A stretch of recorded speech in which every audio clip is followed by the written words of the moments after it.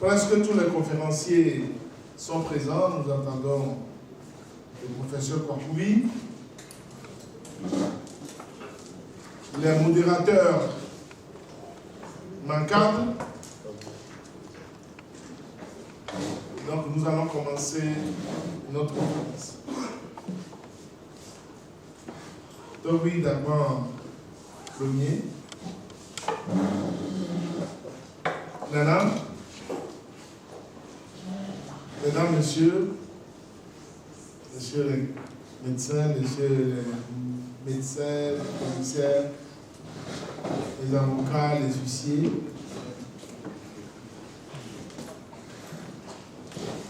mes frères et sœurs en famille ou en fraternité, mes chers cousins, cousines, neveux et nièces, mes chers amis de toujours, les amis de mes amis qui viennent agrandir le cercle de mes amis, ceux qui subissent depuis des années mes rêves de fou. Chers conférenciers, chers modérateurs, je suis certainement têtu, mais pas forcément fou. Je voudrais avant tout vous inviter à vous incliner devant la mémoire de mon père, Amedrovi Agbenfan Benade Adomessa Honoré, de ses frères et sœurs, cousins et cousines, neveux et nièces. On dit que la bouche du vivant ne cite pas les morts. Je voudrais également vous inviter à vous incliner devant la mémoire de mon trois frères, Michel Kwasi Mewano Atomensa, qui nous a quittés le 27 septembre 2024 et qui fut pour moi un père parce qu'il m'a pris pour son frère et son fils. Je voudrais enfin que nous nous inclinions devant la mémoire de notre frère Benjamin Nakou, dont nous avons mis la dépouille sous la date sacrée le 3 octobre dernier. Il fut un des grands animateurs de nos conférences sur les traditions et les religions. Je voudrais vous inviter à vous lever.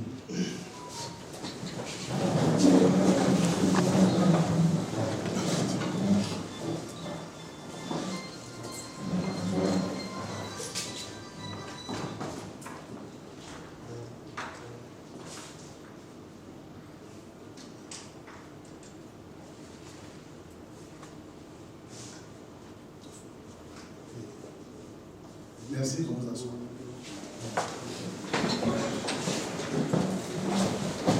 Mesdames, Messieurs, mes chers frères et mes chers amis,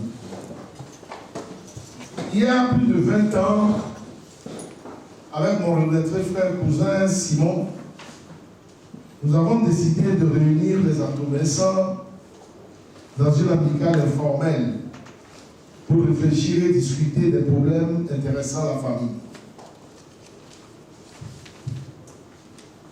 Elle suit sa route, vaille que vaille, à la lumière de nos pays. Il y a 10 ans, nous avons porté sur les fonds baptismaux l'amicale des natifs de Sagada à Gouel, que certains auront l'occasion de visiter demain matin pour les cérémonies de libation. Et en vous invitant à préparer vos vœux pour la nouvelle année. Nous avons donc porté sur les fonds baptismaux l'amicale des natifs de Sagada à Gouel, qui sont au Bénin, au Ghana, au Togo, aux États-Unis et partout, à Messa. Donc il réunit les familles à Atomensa, à Moussoubo, Djanato, à Baglo, ces familles qui partagent la coutume pénale, communément appelée 2 x 5. Il y en a certains dans cette salle. Ainsi que des familles parentes et alliées, sans vie, il a Aïe, Freitas, Dovi, etc., dans le but de nous retrouver souvent, en tout cas chaque année, pendant la célébration de la nouvelle année, en pays gain pour célébrer la famille et la fraternité. Cette initiative a suivi son chemin, mais s'est heurtée à ce qu'on a appelé sous d'autres cieux l'opium du peuple. Parce que certains des membres de notre famille, qui étaient dans des églises évangéliques ou les églises révélées, n'approuvaient pas la partie du programme qui prévoyait les libations et les cérémonies de purification sous prétexte que Jésus refuse ces genres de pratiques. De plus, certains qui se disaient ne pas avoir de moyens pour contribuer à l'organisation de la fête brillaient de plus en plus par leur absence et l'initiative entra en brève. Mais chaque année, attaché à ma folie de regrouper mes amis pour partager des moments conviviaux, nous avons continué. Il y a 1 an, nous avons organisé une conférence sur nos traditions face à la modernité dans cette salle. Les débats ont été très riches et ont mis en exergue la nécessité de pérenniser cette rencontre et d'en faire un moment de connexion avec nos traditions. Je me souviens que l'un des conférenciers, monsieur, lorsqu'on disait pourquoi je dois prier pour un saint qui n'est pas de chez moi, qu'on appelle Moïse, qu'on appelle Isaac, et pourquoi pas un saint Agbenifant. Et donc, nous avons réfléchi à une formalisation et nous en sommes arrivés à parler des retrouvailles familiales, fraternelles et amicales, dont l'édition 0 avait eu lieu l'année dernière. Ce fut une initiative de ma folie de réunir les contraires, de laisser une trace dans la mémoire collective. Et comme la compétition Bonbon dans le Grand Plouton, qui est le fief de ma mère, dont j'ai pris l'initiative et dont la 4e édition commence le 21 novembre 2025, et pour lesquels je suis suivi par les mêmes qui sont autour de moi, eh bien nous allons persévérer. Demain, j'en dirai plus pour les retrouvailles familiales et fraternelles. L'année dernière, nous séparant, le professeur Kwakouvi avait proposé le thème de Djoton. Après une réflexion, j'ai voulu l'étendre nos échanges à l'appréhension du mystère de la réincarnation et du rituel du Djoton sous le regard religieux, traditionnel, philosophique, anthropologique et coutumier. Je regrette l'absence du professeur Prosper Agomelo qui est actuellement au Burkina Faso et du professeur Lawson qui était avec le professeur Kwakouvi, les conférenciers de l'année dernière. Cette année, l'auditoire a grossi en qualité et en quantité. Et les exposants ont une expertise avérée. Sous la férule donc de 2 modérateurs à l'érudition affinée et un nombre de culture et de tradition avisée, nous allons en 2 panels partager près de 4h30 d'échanges et de nourriture intellectuelle et traditionnelle. Puisque chacun a reçu le programme, les intervenants sont identifiés et ils se présenteront. Et de toute façon, je suis convaincu que chacun y trouvera son compte et que c'est nos connaissances et traditions qui en seront renforcées. Mes chers amis, mes chers frères, il est temps de rompre avec nos complexes. Nous n'avons aucune honte à aller voir un prêtre et un pasteur pour lui demander de prier pour nous. Nous sommes prêts à dépenser une fortune pour qu'un prêtre ou un pasteur fasse des prières et des holocaustes pour nous. Nous en faisons même nos guides spirituels et nous en parlons librement et les recommandons parfois à nos proches. Mais pour aller consulter un bokono, un prêtre traditionnel, nous nous cachons. Nous en avons honte. Quand tu oses dire que ton maître spirituel, c'est un maître du phare, on te balance. Avec tout ce progrès, toute cette civilisation, toi tu en es encore là. C'est là notre réalité.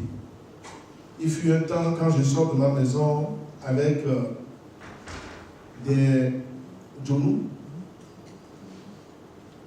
ma femme qui est dans une église révélée me demande quel est cet accoutrement, où est-ce qu'on va avec un tel accoutrement.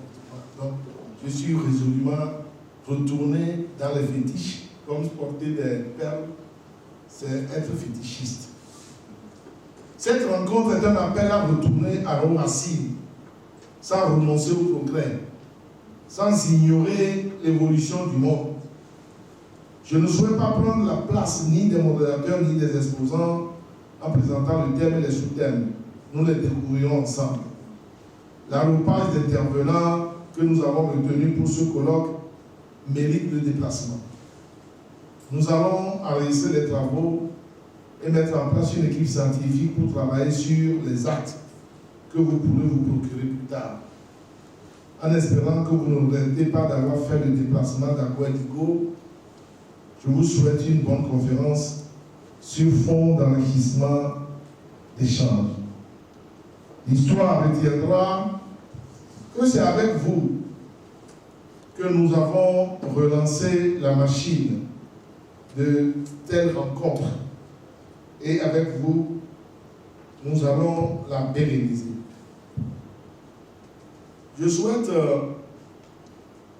avoir une pensée pour mon frère, Tonkelo Amouzouli, qui était pressenti pour présenter un des thèmes, mais qui est foudroyé par une maladie. Il est resté chez lui. Il sera valablement remplacé par notre ami et notre frère Aïm Amavi qui va présenter son test. Ceux qui nous suivent en ligne sur Zoom et sur YouTube pourront également envoyer des questions qu'on va répercuter au modérateur lorsque nous allons rentrer dans le vif des débats. Nous avons pris des dispositions pour que tout se passe bien et nous comptons sur vous.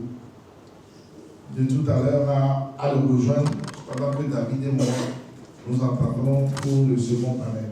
Je souhaite bien bonne arrivée à tous les panélistes, notamment à Tom et Tatan, que certains connaissent beaucoup, et nous espérons qu'il nous tiendra à la main. À tout à l'heure. Merci pour tout.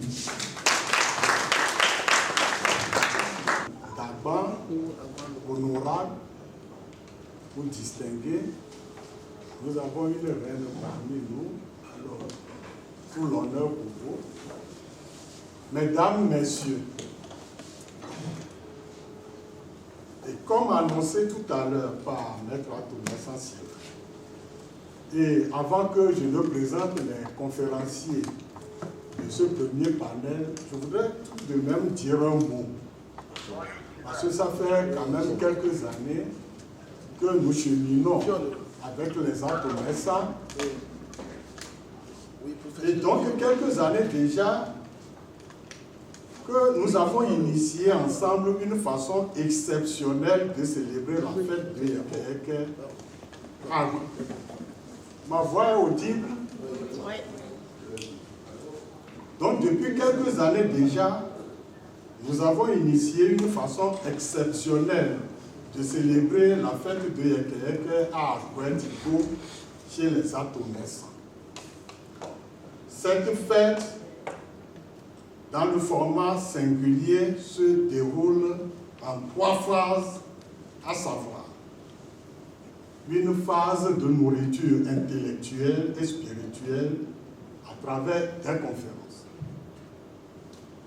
Une seconde phase rituelique qui nous plonge dans nos pratiques traditionnelles et culturelles.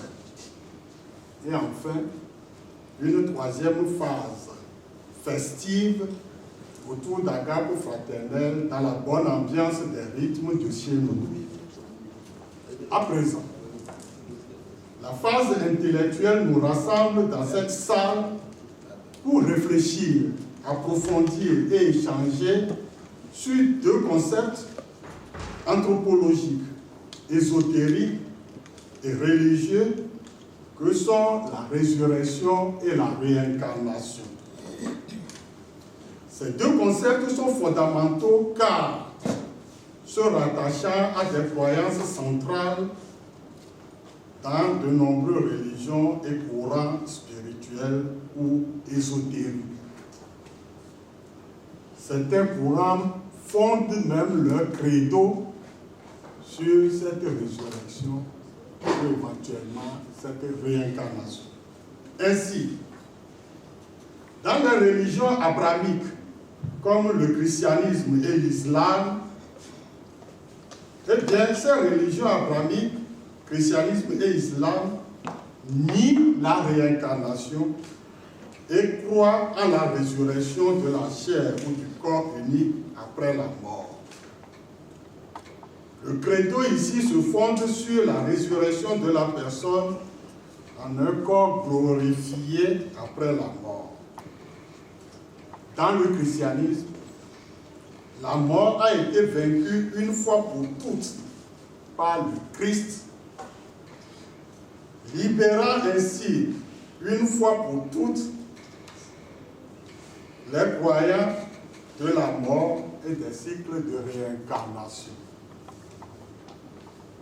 En revanche, les religions orientales, hindouisme, bouddhisme, théosophie, jaïnisme, etc., que sais-je encore, croient à la réincarnation de l'âme dans un nouveau corps après la mort, guidé par la loi du karma. Quant à la religion traditionnelle africaine, elle fonde son credo sur la réincarnation, sauf qu'ici, il n'est pas établi que le karma interfère dans la réincarnation. Ainsi, en Afrique, toute personne vient de la réincarnation d'un parent décédé. Un rituel spécifique, dit recherche de Joton, détermine le parent qui est revenu. Il revient alors à nos éminents conférenciers d'aborder les différents contours des deux concepts et leur impact sur notre vie pour provoquer des débats que j'espère fructueux et enrichissants pour tous. Aussi, ce premier panel a pour thème principal la réincarnation et la résurrection dans les religions. Sous-thèmes vont meubler ce premier thème. Le premier sous-thème, les manifestations de la réincarnation et de la résurrection, réalité ou mythe, sera abordé par M. Mamadi Aïe Léopold, remplaçant à pied levé M. Tokenossi Wanouchan, qui est tombé malade. Le deuxième sous-thème a pour titre la portée religieuse de la réincarnation, regard d'un bouddhiste. Il sera présenté par le docteur Raymond Baruyer. Et le troisième sous-thème, la portée traditionnelle et spirituelle de la réincarnation, regard d'un philosophe du Fa. Moi, je dirais plutôt d'un adepte du Fa, qui sera présenté par M. Adolphe Ito. Et donc, comme ce n'est pas moi qui vais exposer, je ferai mieux de donner rapidement effectivement la parole aux conférences. Ainsi, nous allons inviter M. Mamadi Aïe Leopold à nous livrer les fruits de sa réflexion sur le sujet qui lui a été confié. M. Mamadi, vous avez le micro. Merci, monsieur le modérateur principal.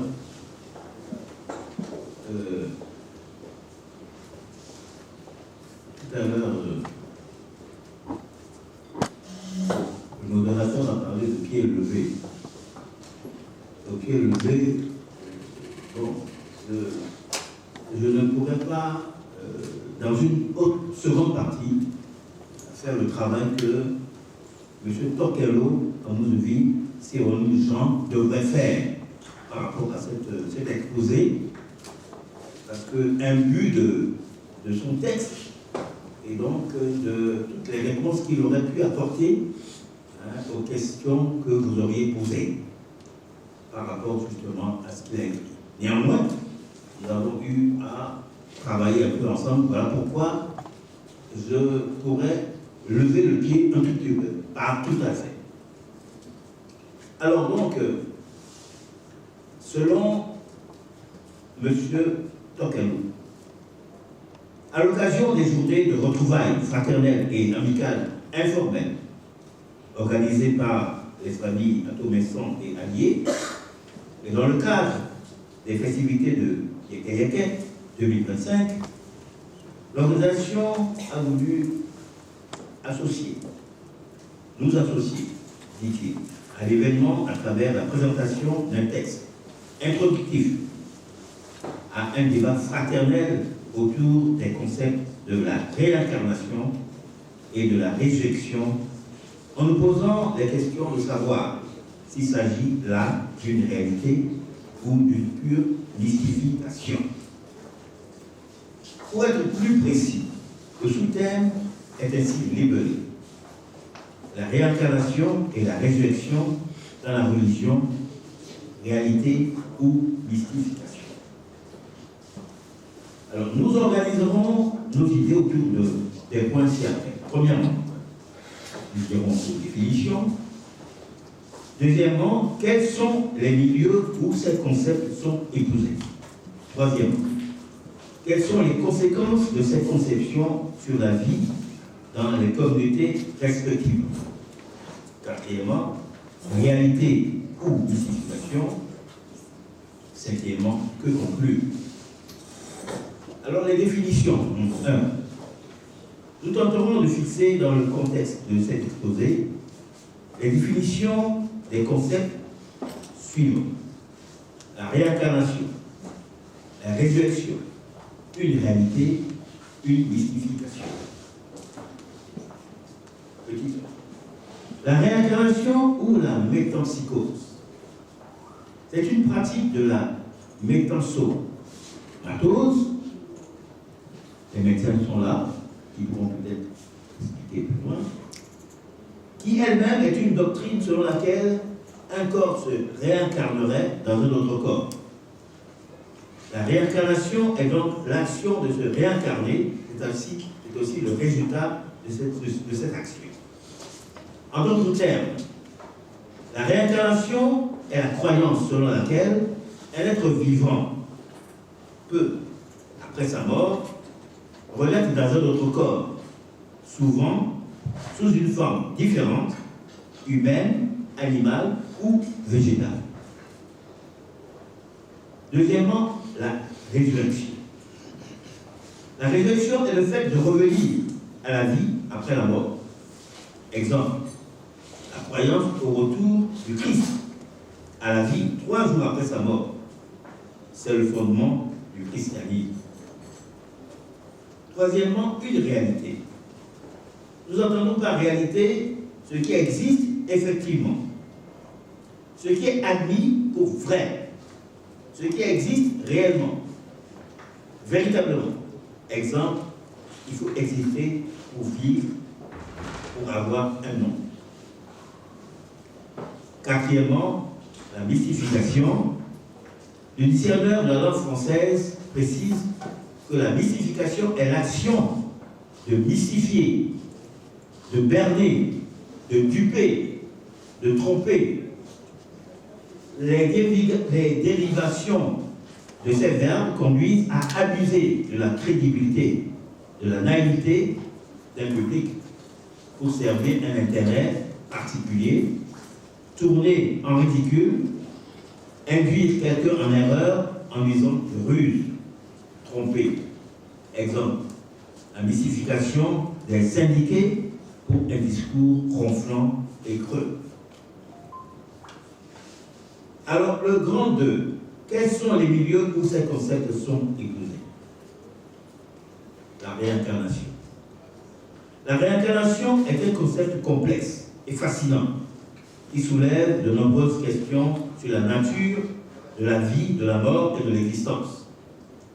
Elle est basée sur le principe de l'immoralité, de la conscience et de la nécessité à se développer toujours plus vers des niveaux supérieurs.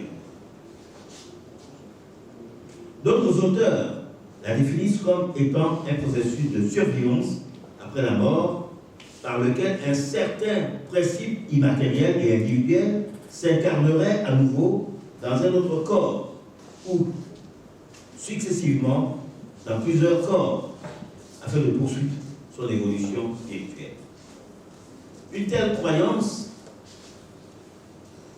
Selon une telle croyance, les âmes effectuent un cycle à travers la vie, à travers les vies ou incarnations, étant attachées à différents corps au cours des temps. Le corps auquel elles s'associent dépend de leur activité particulière dans le monde physique, du niveau de spiritualité, de là ou des précédentes incarnations.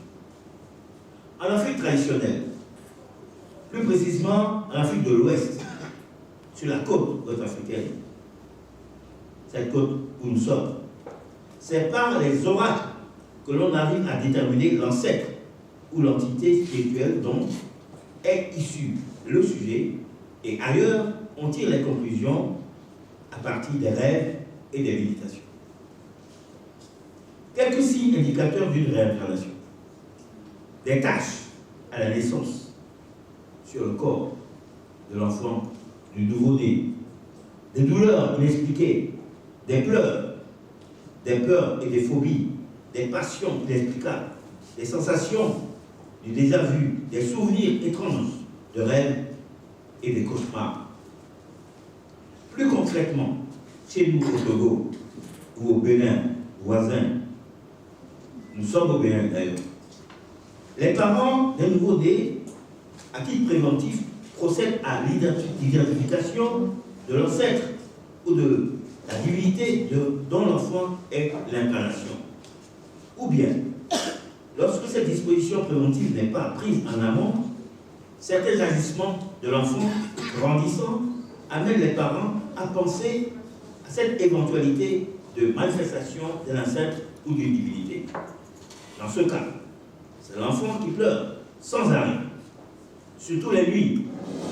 Il est souvent agité outre mesure.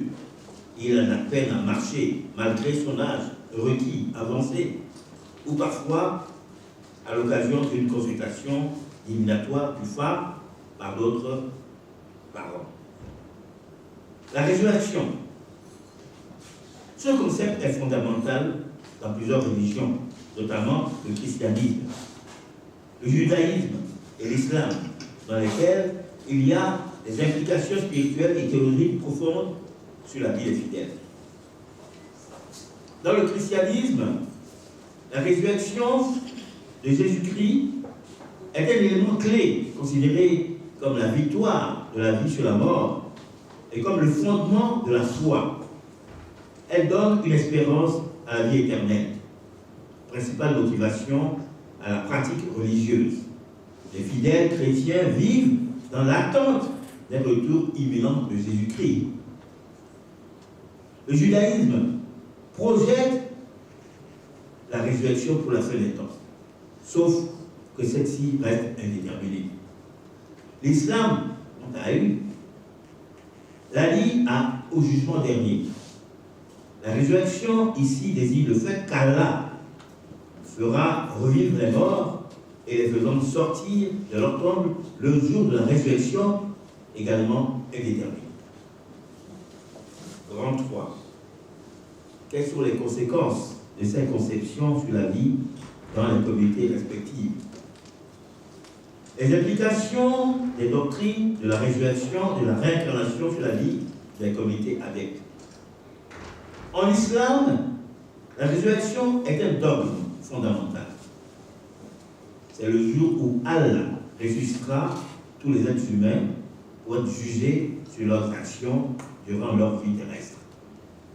Les musulmans croient fermement que la vie sur terre prendra fin un jour pour faire place à une nouvelle vie qui sera la vie d'Allah.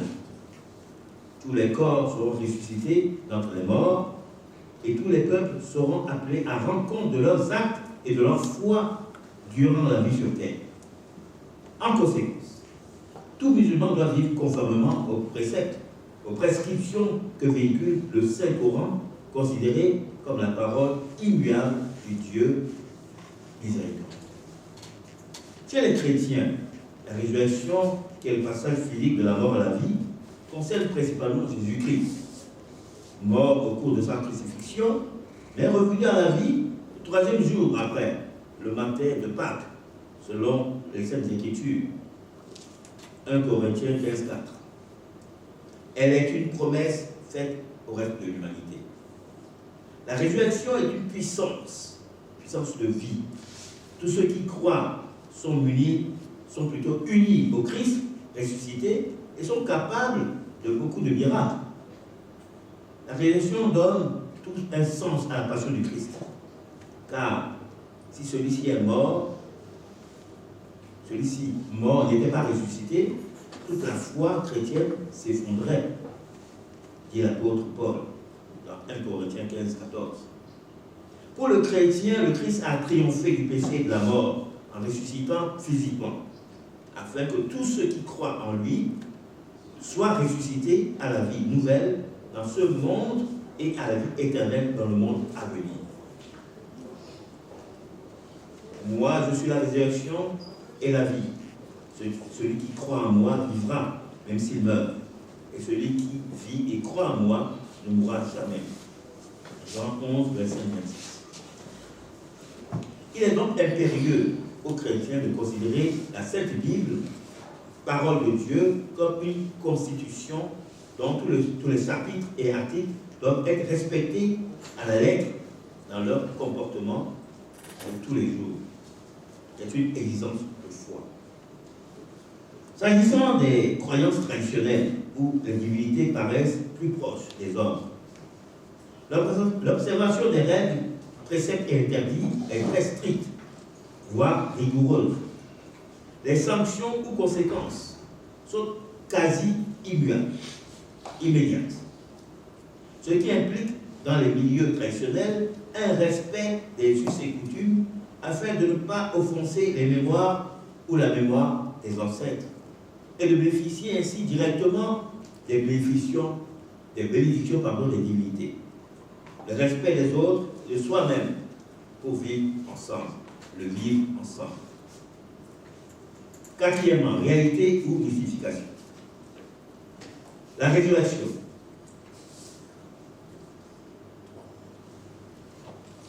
Tout compte fait, le concept de résurrection en religion pose beaucoup d'interrogations à tout le monde, y compris les croyants. Par exemple, chez les chrétiens, lorsqu'on précise que l'enterrement va avoir lieu 3 jours ou au moins après le décès, le temps que l'âme se sépare du corps et que l'ascension vers Dieu se poursuit, 40 jours, durant lesquels l'âme se purifie et accomplit son effort de détachement du corps, est-ce à dire que la résurrection signifie que l'âme qui serait déjà avec Dieu, après 40 jours, va revenir intégrer le corps et devenir poussière pour le ressusciter après?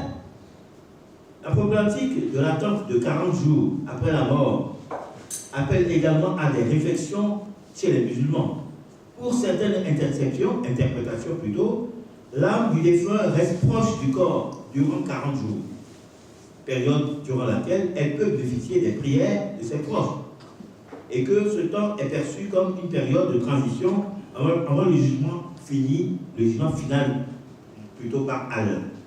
Alors, la question que l'on peut se poser est de savoir s'il y a une différence entre le jugement dernier et le jugement final. Sinon, la résurrection a-t-elle lieu, ou plutôt a-t-elle lieu juste après les 40 jours?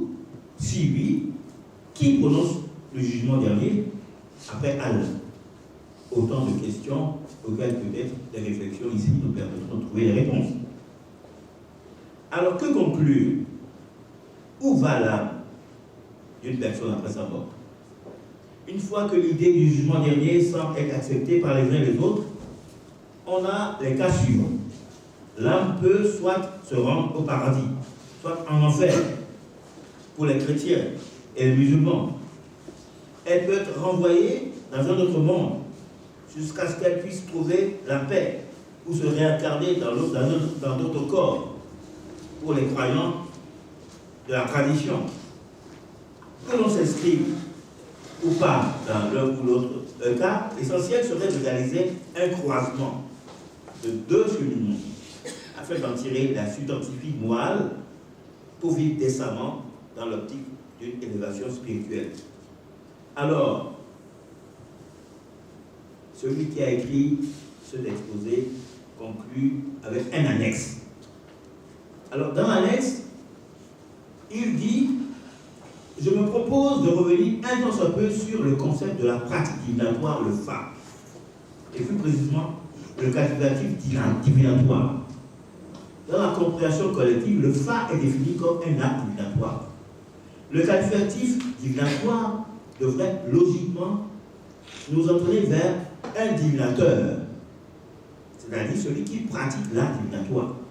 Le fa chez nous constatons malheureusement que le fond de la compréhension est habilement détourné en préférant la termination divin au lieu de divinateur. Or, le divinateur, c'est celui qui prédit. Le devin, c'est celui qui prétend prédire. Alors, on voit la nuance. Alors, Jean C.M. dit moralité. Aucun pays ne peut se développer en s'appuyant sur la langue d'autrui. Tout ce que nous disons en français, nous le pensons dans notre langue, avant de le traduire en français. C'est à savoir, chers amis, je vous remercie.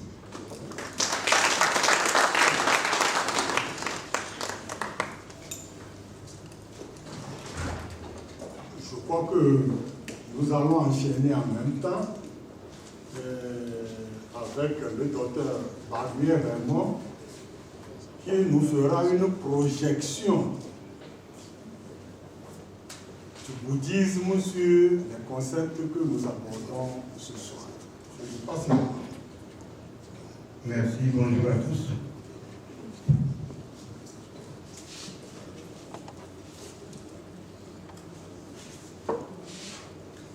Le bouddhisme ne reconnaît pas l'existence de l'âme. Le bouddhisme ne reconnaît pas l'existence de Dieu. C'était ce que je voulais dire à la fin. Mais quand j'ai écouté longuement Aïe ma vie, je me suis dit il y aurait tellement à dire si on pouvait tout dire. On ne pouvait pas. Il me semble que traiter ce terme sans dire qui est le Bouddha serait difficile, mènerait le débat difficile. Celui qui va s'appeler plus tard le Bouddha est un prince qui est né au 6e siècle avant Jésus-Christ dans le pays des Sakyas, gouverné par ce qu'on appelait à l'époque les Maharajas. Vous pouvez deviner qu'un prince d'un Maharaj, il vit dans l'opulence. C'est la vie facile. tout est à sa disposition. Il finit par se marier. À l'âge de 16 ans, comme l'impose la coutume, et sa femme lui fit un enfant. Mais à 29 ans, oubliez Little Buddha. Little Buddha, c'est un film pour amuser. Ce n'est pas la réalité du bouddhisme. Mais en tout cas, à 29 ans, le prince Shakyamuni, Shakya veut dire Shakya, le peuple dont il est issu, Muni veut dire l'enfant, c'est-à-dire l'enfant de Shakya. Siddhartha Gautama Shakyamuni quitte son château parce que la vie qu'il y menait ne lui semblait pas complète. Lui vivait dans l'opulence et constatait qu'au-delà de son château, la souffrance était extrême. Pourquoi y a-t-il cette dualité? Alors Siddhartha, qui n'est pas encore le Bouddha, on est d'accord, va partir pendant 6 années à circuler en Inde, en pratiquant des ascèses.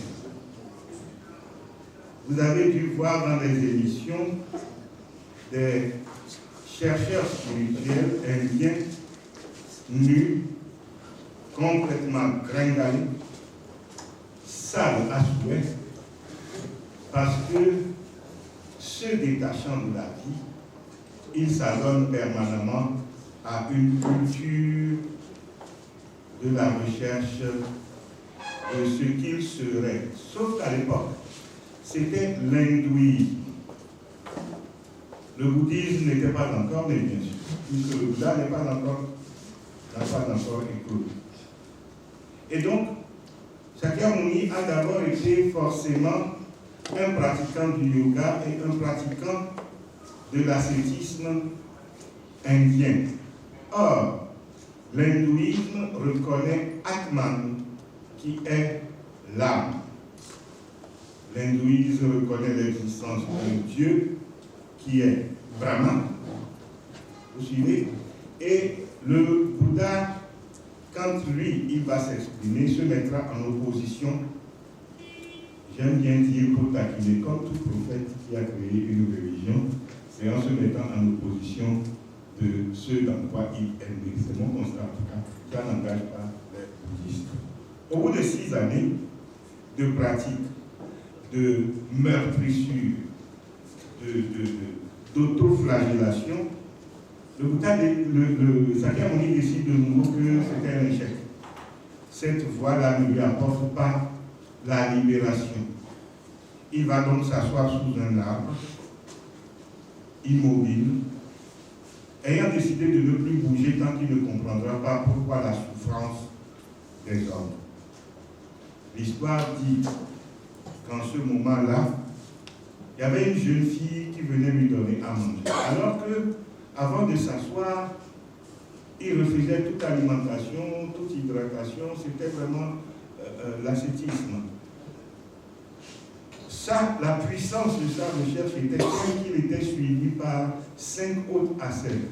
Mais quand ces ascètes-là ont vu qu'il acceptait la nourriture de la petite fille, sans bouger certes, mais qu'il acceptait de manger, les 5 ascètes l'ont quitté parce qu'il avait échoué.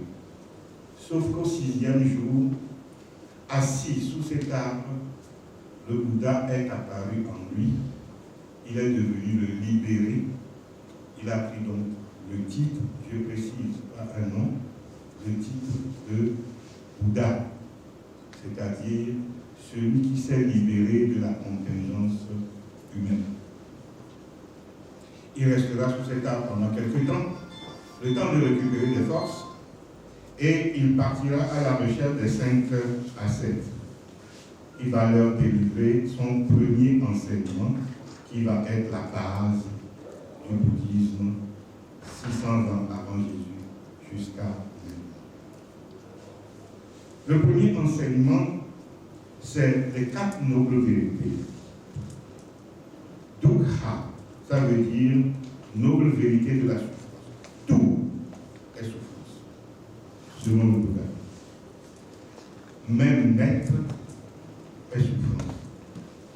La pire des souffrances d'ailleurs, c'est naître, puisque le bouddhisme va s'appliquer à ne plus devoir naître.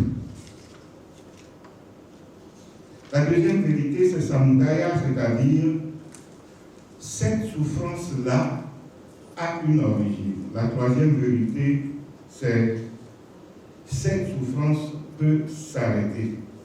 Et la dernière vérité, la quatrième, donc, dit il y a une voie pour pouvoir faire arrêter cette souffrance. C'est simple. Ça me paraît très simple. C'est en ça que j'adore le bouddhisme.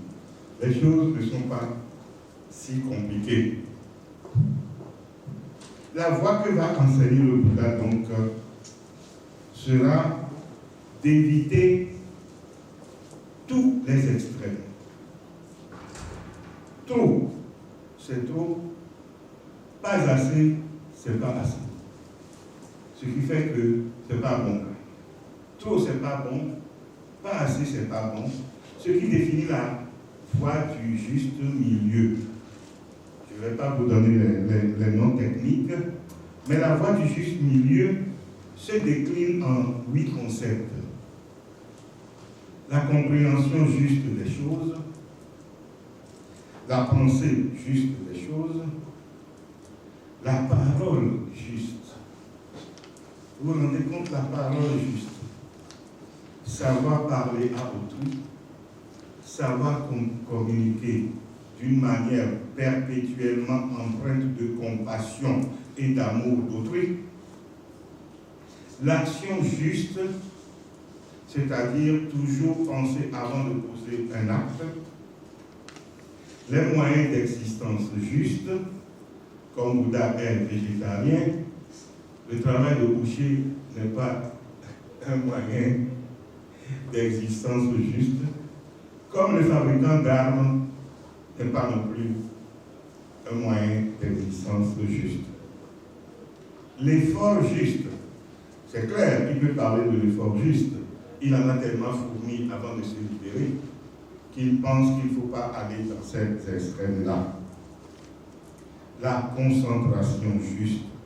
Ces 8 préceptes s'appellent le noble sentier octuple. Il y a donc les 4 nobles vérités. Tout est souffrance. La souffrance a une fin. Il y a une voie pour pouvoir se libérer. Les 8 pensées octuples, c'est-à-dire la manière dont on va éliminer cette souffrance. Ces 8 divisions se classent en 3. La conduite éthique, la discipline mentale. La discipline mentale veut dire qu'on ne peut pas laisser sa pensée penser à sa place. Quand j'enseigne sur les moyens de penser, la phrase que je répète quasi quotidiennement, surtout maintenant que WhatsApp existe, à ceux qui me suivent, c'est « Ne laissez pas votre pensée penser à votre place ». Ça veut dire que quand vous prenez votre pensée, quand vous vous regardez penser, essayez, vous serez terrifié, vous verrez à quelle vitesse notre pensée évolue. Et vous verrez également que notre pensée va s'attacher à des choses parfois d'une futilité, vous n'y comprenez rien. C'est parce que cette pensée, elle n'est pas débridée, elle est plutôt débridée, elle n'est pas contrôlée. Et quand on est bouddhiste, on fait tout pour contrôler cette pensée. Donc on s'entraîne. La troisième déclinaison est la sagesse. La vie étant, la mort est. La réussite étant, l'échec est. La souffrance étant, le bonheur est. Ce concept s'appelle, c'est le dernier enseignement du Bouddha, la coproduction conditionnée. S'il y a ces lunettes ici, c'est parce que quelqu'un l'a fabriqué. Si les lunettes existent, c'est parce qu'il y a quelqu'un qui en a besoin. Moi, c'est une. Il n'y a aucun phénomène humain, il n'y a aucun phénomène sur la Terre qui n'existe pas à cause de conditions et d'une cause, par voie de conséquence. Pour ne pas renaître, il suffit de tuer, il suffit d'éliminer la cause de la souffrance. C'est en ça que c'est très simple. Au fond, pas si simple que ça. Par conséquent, en éliminant la cause, on élimine l'effet. En éliminant le désir responsable de souffrance, on élimine de même le bonheur qui n'a de sens qu'en dépendance de la souffrance. Il n'y a de bonheur que parce que nous le comparons à une souffrance. Il n'y a de souffrance que parce que nous le comparons à un bonheur. La vie étant, la mort est. Et par ce fait, tant que l'homme n'a pas éliminé dans son être le désir qu'il attache à la vie, il est amené à se réincarner autant de fois que nécessaire pour se libérer. On raconte qu'un de ses disciples demanda au Bouddha vieillissant si Dieu existait. Le Bouddha est resté silencieux, n'a pas répondu. Toutes les interprétations étaient possibles. C'est ce qui fait que parfois on dit du bouddhisme qu'il ne reconnaît pas l'existence de Dieu. Le Bouddha n'a jamais émis ni l'existence de Dieu, ni l'existence de l'âme. Mais la vie étant, la mort est. Pour se libérer du cycle de la vie et de la renaissance, j'aimerais reprendre. Pour se libérer du cycle de la vie et de la renaissance, je n'ai pas dit réincarnation, n'est-ce pas? La route de la naissance, l'homme doit se cultiver tout seul à aller au-delà des contingences. Il n'y a aucune aide mystérieuse. Qu'est-ce qui renaît si ce n'est point l'âme dont le bouddhisme ne reconnaît pas l'existence? Le 14e Dalai Lama, encore vivant, répond par le terme un continuum de conscience. Je m'en mis à demander, si cela était ainsi, pourquoi n'avons-nous pas conscience? N'avons-nous conscience que de la vie actuelle, pas celle d'avant? Pourquoi n'avons-nous pas conscience de la période entre les deux renaissances? Autant de questions légitimes qui, à nous intellectuels, se posent, alors que ce n'est point le cas chez le bouddhiste. Qu'il soit intellectuel ou non, un bouddhiste ne se pose pas cette question. La réincarnation n'a donc aucune portée religieuse. C'est le thème. Donc voici ma réponse. La réincarnation n'a donc aucune portée religieuse dans le bouddhisme, car elle représente l'échec des efforts pour se libérer. Cette réincarnation elle-même est souffrance. Le bouddhiste ne cherche pas à se réincarner, mais à se libérer des cycles de renaissance. L'hindouisme, dont est issu le bouddhisme, reconnaît l'existence de l'âme appelée Atman. Et cette âme se réincarne autant de fois que nécessaire pour se parfaire. Finalement, comme dans le bouddhisme, c'est à se demander si ce n'est pas seulement une question de spéculation ou de dialectique. Le bouddhisme reconnaît la renaissance et pas la réincarnation dans la définition intellectuelle qu'on en fait. Il s'agit d'une transmigration de la conscience d'un corps à un autre avec un passage par la mort. Le terme familier au bouddhisme pour désigner ceci est la roue des renaissances et non la roue des réincarnations. Pour couper court au débat qui naît obligatoirement par rapport à cette attitude intellectuelle, le bouddhisme insiste plus sur la pratique que sur l'intellect. Le Bouddha dit, la vérité est comme un diamant, elle a plusieurs facettes. Le passé est passé, le futur n'est pas encore arrivé. Vivez le présent de la meilleure façon possible. Le concept de réincarnation n'est-elle pas simplement l'expression de l'angoisse humaine face à la mort, l'espoir d'une partie précieuse de nous-mêmes qui nous survive? Dans le bouddhisme, la réincarnation est vécue comme un échec, surtout pas comme un espoir. Elle n'a donc aucune portée religieuse.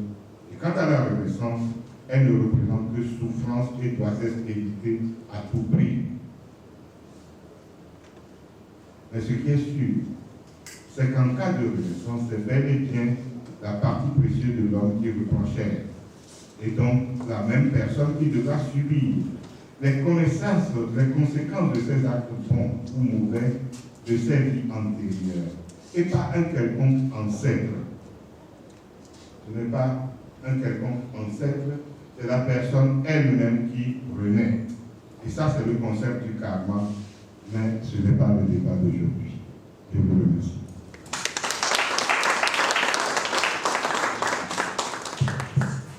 Eh bien, nous allons aborder donc le troisième et dernier sous-thème de ce panel en passant la parole à M. Edo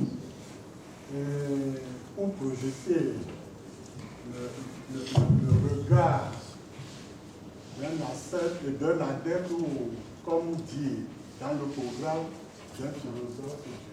Sylvain n'est pas seul dans sa folie. Il n'est pas seul dans sa folie, mais c'est une folie saine et peut-être sainte. Parce que, pourquoi nous disons ça? On ne peut pas vivre étranger dans son propre milieu. Nous ne pouvons pas, notre spiritualité. Je ne sais pas si l'écho parvient au fond de la salle. Oui, on reçoit bien, c'est bon. Vous recevez bien? Oui, c'est bon. Ok. Donc, vivre étranger dans son propre chez soi, ça conduit à la révolte. Nous sommes aujourd'hui, comme Sylvain, un peu révoltés, que toute notre spiritualité soit tournée vers l'extérieur, comme si Dieu, s'il existe, n'a jamais existé. Donc, c'est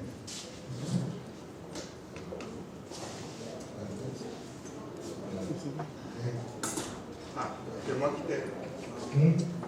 Je croyais que j'avais juste touché les flèches. Ah, d'accord. Tu te mets à Oui, oui, Donc là, tu recules. oui. Là, tu avances. Ou bien tu veux voir les sauvages.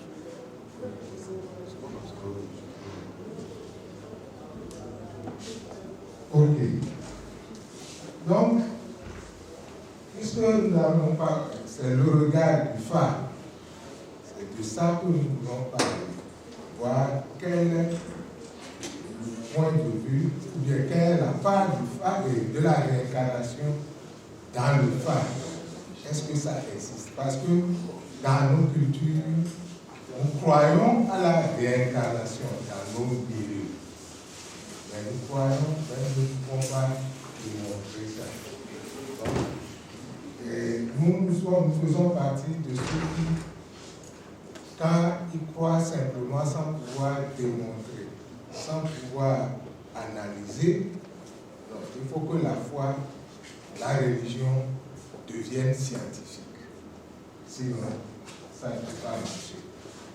Donc, puisque c'est du phare que nous parlons, et c'est du phare dont nous parlons,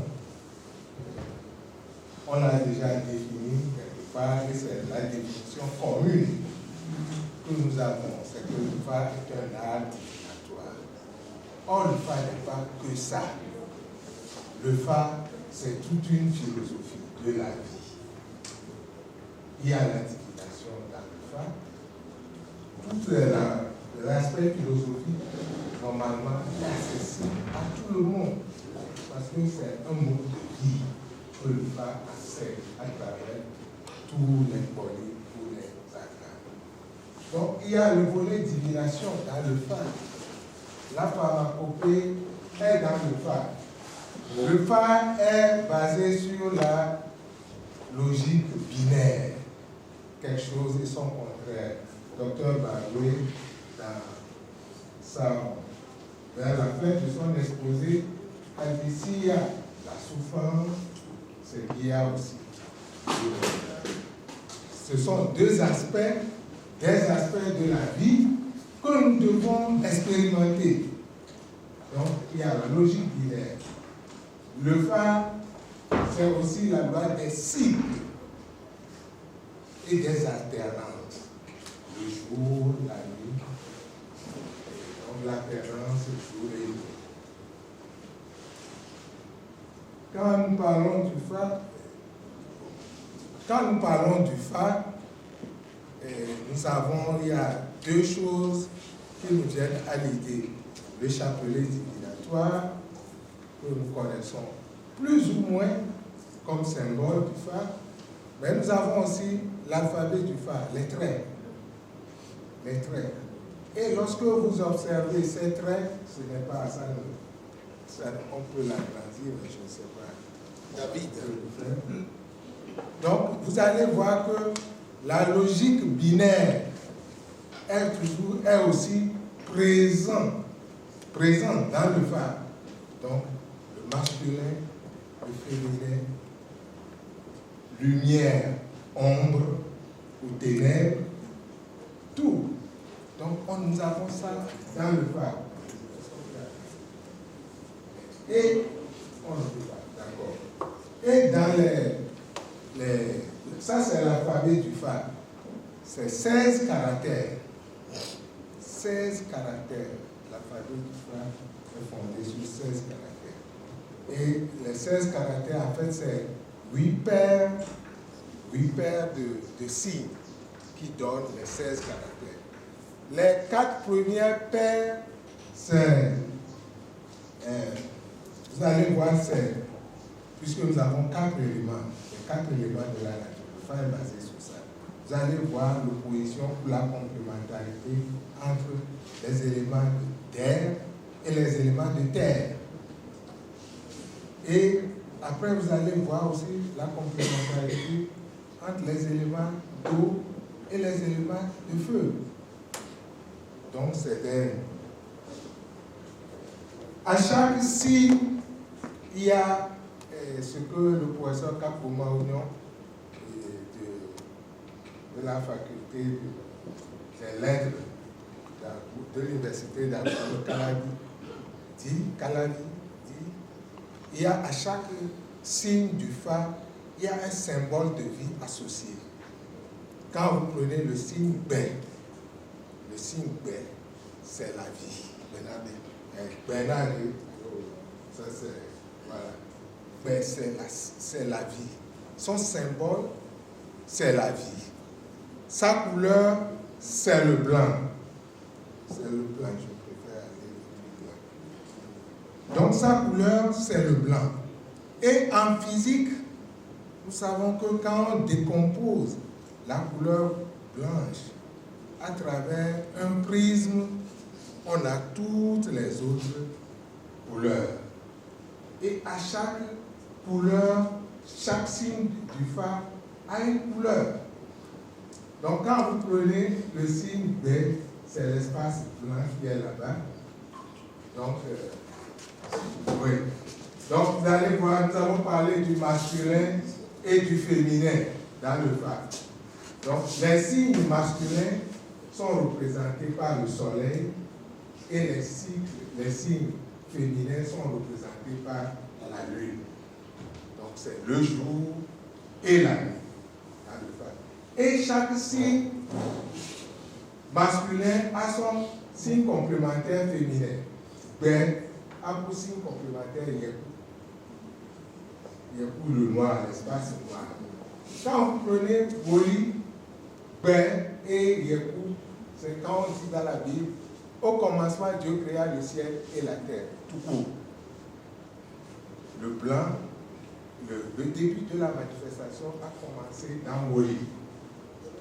Le premier jour de la création, c'est dans Woli que vous trouvez ça. Alors, donc, vous voyez Woli. Woli, c'est l'élan. C'est l'impulsion. Celui qui est né sous le signe de Woli, il est audacieux. Il est très audacieux. Il est impulsif. Il est impulsif. L'osso, le signe l'osso, c'est l'anxiété. Quelqu'un qui attend quelque chose qui n'arrive pas, il manifeste. Maintenant, le signe complémentaire, c'est vrai. Parce que ce que tu attends là, quand le truc, ça arrive, maintenant, tu en doutes. Et si vous prenez les évangiles, c'est les deux apôtres qui symbolisent ça. Woli, c'est André, qui est venu spontanément vers Jésus quand on le... Tout est dans le frère. Donc, ne soyez pas surpris. Donc, lorsqu'il est arrivé, on lui dit, celui qui l'a suivi, c'est Philippe, l'apôtre Philippe, les 4 premiers ici. Alors, parce qu'on lui a dit, il dit qu'ils ont rencontré le Messie. Ils attendaient.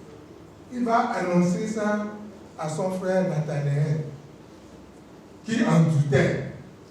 Le Messie tant attendu, on l'a trouvé. Mais, donc, c'est la déception. Et comment? Le doute. Le doute. On commence par douter. Dans le tableau de Capomaouillon, on dit que il y a la maladie est associée après. Quand vous arrivez chez Abla, ça c'est le signe d'air du blanc jusqu'au l'orange. Ça c'est l'oranger, non? Oui. Jusqu'à Abla, l'espace orange, c'est des signes d'air, ça. C'est des signes d'air. Et c'est des signes, tous ces signes-là, c'est des signes de l'Internet. Donc tout ce qui est lié à l'Internet. C'est ça, à la pensée. Donc quand vous quittez les signes, vous rentrez dans Bouddha. Bouddha, le signe Bouddha, c'est le signe de l'agressivité masculine. Mais je veux aller plus loin car je complète le tableau de Capomaouillon. Je dis c'est le signe de c'est le signe du roi Salomon. Dans ce signe, on règne. On règne. Et c'est un règne juste où le soleil ne se bouge pas. Quand dans la Bible on disait soleil, arrête-toi sur Gabaon et toi lune sur la vallée d'Ayalon. C'est ma culture biblique et ma culture et autre du club du Bénin qui m'ont amené au phare. C'est pourquoi je suis arrivé au phare avec un regard analytique. C'est les Marocains qui m'ont donné le titre philosophe du phare. On était au Maroc pour une conférence sur le sujet. Donc, quand vous prenez le cas, c'est l'ambition. C'est l'ambition, mais parfois démesurée. C'est l'ambition démesurée. Quand vous allez à Toula, ça c'est la canne de la liberté, la canne du hasard. Et son complément, son signe complémentaire, c'est l'effet. Donc, la nécessité, la fatalité, la loi, tout ce qui est contraire à la liberté. Maintenant, quand vous arrivez à Tché, c'est la zone rouge. C'est le côté, c'est l'arbre du jardin qu'on a interdit à Adam et Ève. Donc c'est la canne de la transgression. Aller plus loin. Et quand Dieu a créé l'homme primordial, c'est ce qu'il leur a interdit. Vous pouvez évoluer depuis Woli, puisque Ben et Yekou sont des cases réservées aux dieux. Donc les 6 jours de création s'arrêtent et commencent par Woli et s'arrêtent à Toula. Tiens, c'est la transgression, c'est la zone interdite. C'est la zone interdite. Mais ça existe. Donc, vous avez vu le demi-cercle masculin, vous avez vu le demi-cercle féminin, et j'ai essayé de brosser un peu les signes de vie associés, les symboles. Voilà les oppositions. Opposition terre-air. Donc, vous avez le blanc, c'est 4-4. Eau et feu. Donc, dans l'univers du phare, chaque signe, donc les signes que nous avons montrés avec des couleurs, c'est les signes cardinaux du phare. Mais dans chaque signe, si vous prenez un signe masculin, il contient l'ensemble des 8 signes masculins. De la même façon, si vous prenez un signe féminin, il comprend l'ensemble des 8 signes féminins. Donc, quand vous prenez le signe Yekou là-bas, vous avez Yekou. Donc, Yekou dans sa propre raison, il donne Yekou Meji. Après, vous avez Di, vous avez Ren, vous avez Aklan. Vous avez ainsi de suite, vous avez Aklan. Vous avez Ça, vous avez Troupin. Vous avez l'éther, et vous avez fou. Donc, et l'ensemble des combinaisons de tout cela, ça donne 256 signes, qui sont 256 profils psychologiques. Les signes du phare donnent des profils psychologiques qui existent dans la vie. Quand on dit que quelqu'un est né sous ce signe, c'est qu'il a un profil psychologique. Voilà, c'est son profil psychologique. Quand les signes, souvent on dit, quelqu'un, quand on dit, soit il est né sous ce signe, ou il est né sous cette étoile. Donc, chaque signe par aussi est une étoile. Est une étoile. Donc, ici, nous avons les 2 étoiles de base que je voudrais mettre ici en exergue. Pourquoi? Parce que nous avons l'espace fou, l'espace, le tronc du palmier de vie. Je n'ai pas voulu parler de l'arbre de vie. Mais le phare, c'est un palmier. Donc, vous voyez ça, et voilà ce que ça donne.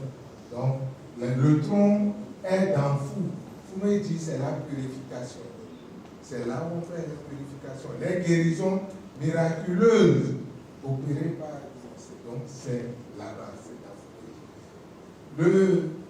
L'étoile de la connaissance ou le palmier de la connaissance a le tronc entier. Donc la transgression, c'est la caverne. C'est la caverne.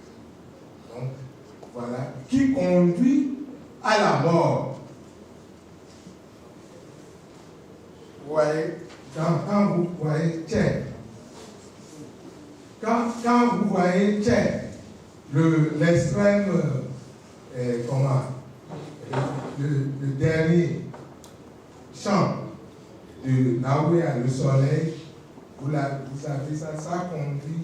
Donc, lorsque vous transgressez cette loi, vous mourrez.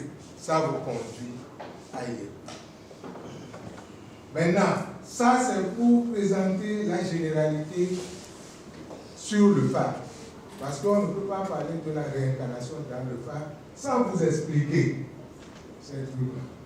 Maintenant, Quel est le signe du phare, le poli du phare? Il parle de la réincarnation dans le phare. C'est le poli. Yekou, dans ce poli, est là, est dans l'arcane de la mort. Parce qu'on ne peut pas parler de résurrection sans mort. On ne peut pas parler de réincarnation sans mort. Il faut mourir d'abord. Et dans le truc du phare, le récit de ce poli dit: planter des arbres est salutaire pour les hommes. Planter des arbres fruitiers devant et dans les concessions. En plantant des arbres, au jour critique, ils pourront mettre une branche à terre et la terre les nourrira de nouveau. C'est un récit allégorique. Mais si vous le prenez au premier degré, vous allez dire: mais quel est ce français-là d'abord qu'on est en train de parler?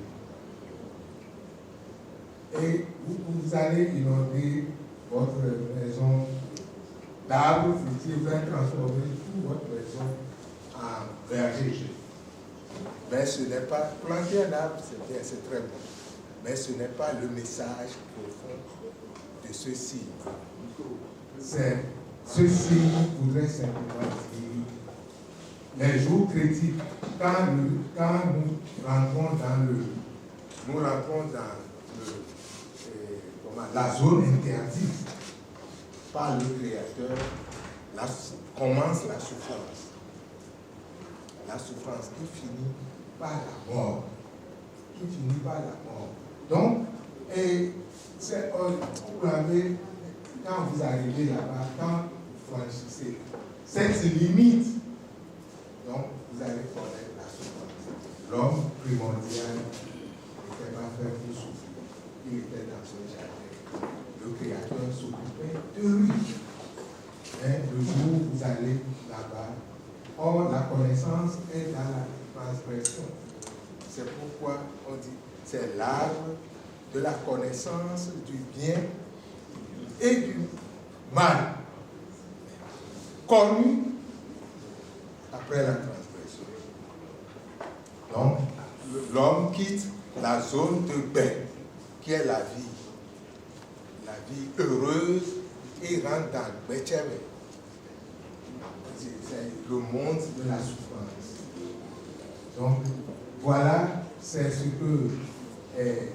poli qui est poli, qui parle clairement de la réincarnation. Mais vous allez voir que tout le phare, même les polis, la légende dit que les polis s'asseyent en cercle. En cercle. Donc, le phare même, c'est la loi des cycles et des alternances. C'est la loi des cycles et des alternances. Donc, voilà, cette façon de voir le phare n'est pas ce qu'on nous expose de façon traditionnelle. Mais quand vous avez vu, j'ai pris des récits de la Bible pour illustrer le phare. Toute la Bible, tous les textes sacrés de ce monde sont dans le phare.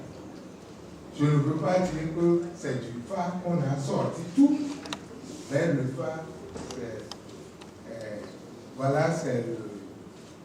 c'est comme ça dans notre culture, voilà que nous exprimons l'universalité des choses. C'est à travers le phare. Donc nous pouvons orienter notre spiritualité en parlant notre langue, la langue de notre milieu. Au lieu de parler de Jérusalem, céleste, je vais parler du fait domaine. Il fait. Et d'ailleurs, c'est plus compréhensible pour moi parce que je suis dans mon milieu, je parle ma langue, je vis ma spiritualité dans ma langue.